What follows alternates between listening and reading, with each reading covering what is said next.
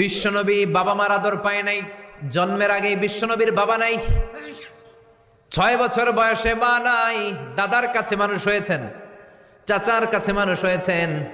বিশ্বনবী হুদাইবিয়ার উমরা যেদিন করতে যাবেন 1400 সাহাবীকে নিয়ে বিশ্বনবী উমরা করার জন্য রওনা হলেন। পথিমধ্যে আবওয়া নামক জায়গার মধ্যে বিশ্বনবীর মায়ের কবর। বিশ্বনবীর মায়ের নাম কি?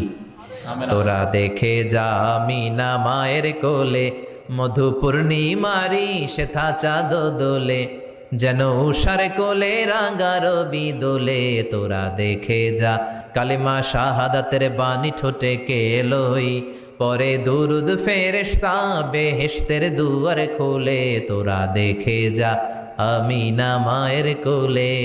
ঠিকিরা?